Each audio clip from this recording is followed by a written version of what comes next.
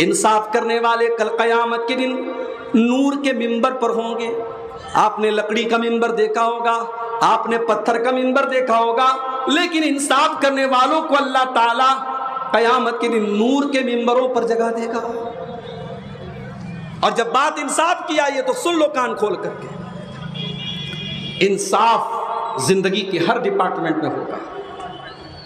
آپ باپ ہیں، 5 بیٹے آپ کے ہیں، ایک بیٹا آپ کو زیادہ محبوب ہے اور وہ اچھا بھی ہے، نیک بھی ہے، دیندار بھی ہے، آپ کی باتیں بھی مانتا ہے۔ ایک بیٹا تھوڑا نافرمان ہے، آپ کی باتیں کم سنتا ہے، دینداری اس کے اندر تھوڑی کم ہے۔ لیکن اگر آپ نے جائیداد کا بٹوارا کیا، آپ نے جائیداد کو تقسیم کیا اور ایک لڑکے کو آپ نے زیادہ دے دیا، ایک لڑکے کو کم دے دیا، تو یہ بھی بہت بڑی ناانصافی ہے اور اللہ تعالیٰ اس کو معاف نہیں کرے گا۔ ان اللہ یأمرکم ان تؤدوا الامانات الی اہلھا۔ او لوگو، اللہ تعالیٰ حکم دیتا ہے کہ تم امانت کو امانت والوں کو لوٹا دو۔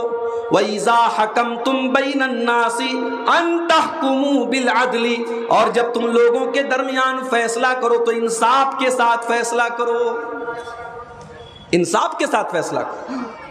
یہ نہیں کہ کسی نے چائے پلا دی تو اس کے حق میں بول دیا، کسی نے ٹیبل کے نیچے پیسہ دے دیا تو اس کا پچ لے لیا، نہیں، انصاف کی بات کرو۔ اسلام کی نظر میں انصاف کی ویلو اتنی زیادہ ہے۔ کل قیامت کا دن ہوگا، سورج 1 میل کی دوری پر ہوگا، لوگ گرمی سے اور دھوپ سے بے حال ہوں گے۔ اللہ تبارک و تعالی اپنے کچھ اسپیشل بندوں کو اپنے عرش کا سایہ دے گا۔ ان اسپیشل بندوں میں اللہ کے نبی فرماتے ہیں سب سے پہلا انسان کون ہوگا؟ امام عادل، جو انصاف کرنے والا امام ہوگا۔ امام کا مطلب یہاں مسجد کا امام نہیں ہے، مصلی نماز پڑھانے والا امام نہیں ہے۔ امام کا مطلب جو لوگوں کا حاکم ہو، جو لوگوں کا ذمہ دار ہو، وہ انصاف کرے گا تو قیامت کے دن اللہ تعالیٰ عرش کا سایہ دے گا۔ اللہ کے نبی فرماتے ہیں ان المقسطین علی منابر من نور عن یمین اللہ۔ آپ نے صرف بیٹوں کو جائیداد دے دی، بیٹیوں کو محروم کر دیا، یہ بھی نا انصافی ہے۔ نبی اکرم کے پاس ایک صحابی آتے ہیں، صحابی کا نام ہے حضرت بشیر رضی اللہ تعالیٰ عنہ۔ اے اللہ کے نبی، میں اپنے بیٹے نعمان کو ایک زمین دینا چاہتا ہوں اور میں اس زمین کے ہبہ کے اوپر آپ کو گواہ بنانا چاہتا ہوں۔ آپ نے پوچھا ہے بشیر کیا تمہارے اور بھی بچے ہیں؟ ہاں اللہ کے نبی اور بھی بچے ہیں۔ اے بشیر کیا تم نے ساری اولادوں کو یہ زمین دی ہے؟ نہیں نہیں اے اللہ کے نبی میں نے سب کو نہیں دی ہے۔ آپ نے فرمایا فلا اشہد علی جور، یہ ظلم ہے اور میں ظلم کے اوپر گواہی نہیں دے سکتا۔ اتقوا اللہ وعدلوا بین اولادکم، او لوگو اللہ سے ڈرو اور اپنی اولاد کے درمیان انصاف کرو۔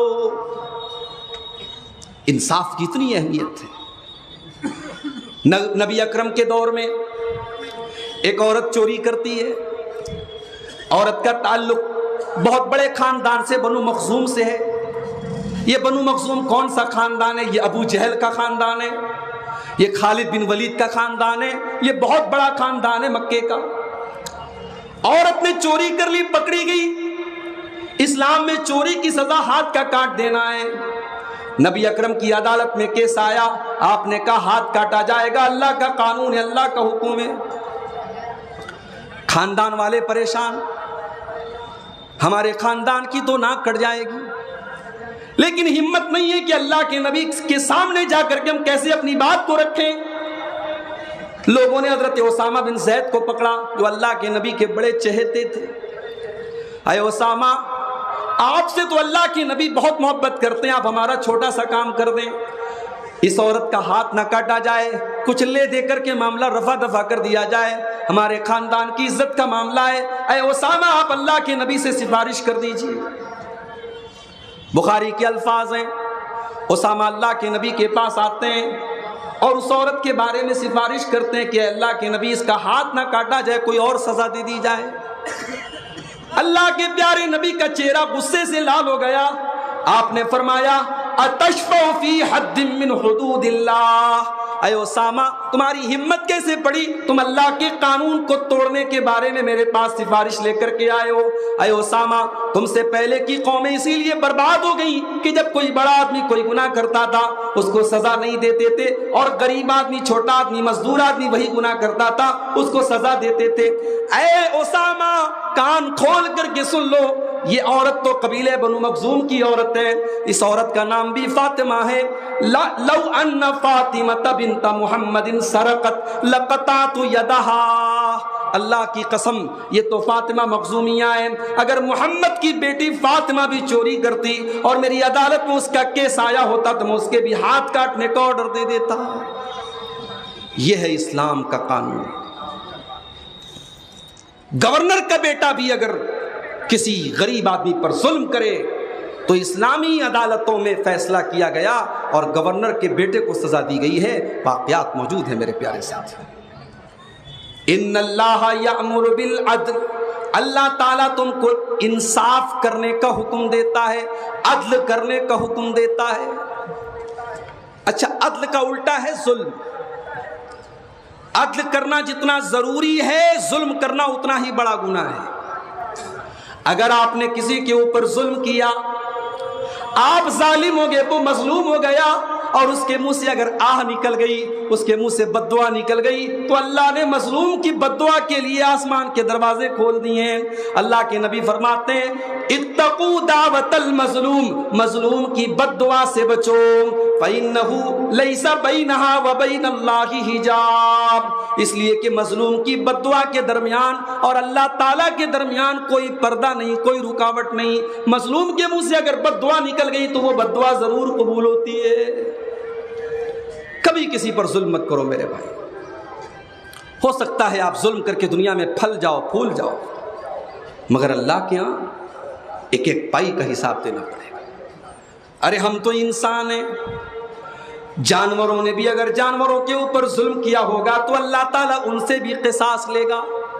اللہ کے نبی فرماتے ہیں, صحیح مسلم کی روایت ہے, لَتُؤَدُّنَّ الْحُقُوقَ إِلَىٰ أَهْلِهَا يَوْمَ الْقِيَامَةِ, او لوگو تم قیامت کے دن ایک دوسرے کا حق ضرور دو گے, تمہیں دینا پڑے گا. حَتَّى يُقَادَ لِلشَّاةِ الْجَلْحَاءِ مِنَ الشَّاةِ الْقَرْنَةِ, اگر سینگ والی بکری نے بغیر سینگ والی پر اتیاچار کیا ہے, ظلم کیا ہے, تو اس سے بھی قصاص لیا جائے گا. دنیا میں ہم نے کسی کا پیسہ مار لیا تو دنیا میں پیسے کے بدلے پیسہ چلے گا. کسی کی زمین ہتھیا لی, زمین کے بدلے زمین چلے گی. دنیا میں کسی کو گالی دے دی, معافی مانگ لے. آخرت میں تو کرنسی نیکی اور گناہ ہوں گے میرے بھائی. وہاں کرنسی کا ایکسچینج نیکی اور گناہ سے ہوگا. ہم نے اگر کسی پر اتیاچار کیا اور ظلم کیا, ہماری نیکیاں اس کو دے دی جائیں گی, اور جب ہماری نیکیاں ختم ہو جائیں گی تو اس مظلوم کے گناہ ہمارے اوپر لاد دیے جائیں گے. تو ظلم سے بچو, اتیاچار سے بچو, انصاف کرو. اللہ انصاف کا حکم دیتا ہے. یہاں تک کہ اگر کسی کی 2 بیویاں ہیں, یہ الگ بات ہے. ہندوستان کے ماحول میں 2 بیویوں کا نام لینا بھی آج جرم ہے. عورتیں تو کہتی ہیں صاحب میرا شوہر غلط کام کر لے چلے گا, لیکن میری سوتن نہ لائے, یہ نہیں چلے گا. شوہر مالی اعتبار سے استطاعت رکھتا ہے, 2 شادیاں کر سکتا ہے, مگر لوگ کرنے نہیں دیتے.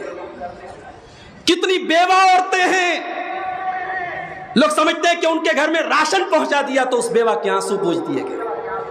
لوگ کہتے ہیں عورتیں تو اپنے بچوں کے سہارے زندگی گزار لیتی ہے. دنیا کا سب سے بڑا جھوٹ ہے یہ, ڈھکوسلا ہے یہ. جس طریقے سے مرد کو عورت کی ضرورت ہے, عورت کو مرد کی ضرورت ہے.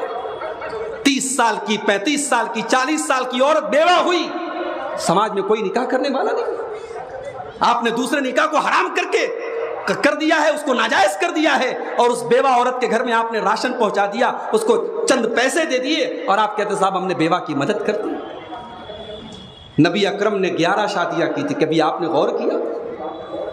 11 شادیوں میں صرف 1 بیوی آپ کی کنواری تھی, باقی 10 بیویاں آپ کی یا تو مطلقہ تھیں یا بیوہ تھیں. اللہ کے نبی یہ بھی تو کر سکتے تھے, ان کو پیسہ دے دیتے, ان کو راشن پانی دے دیتے, نکاح کرنے کی کیا ضرورت تھی بھائی؟ نبی نے امت کو تعلیم دی,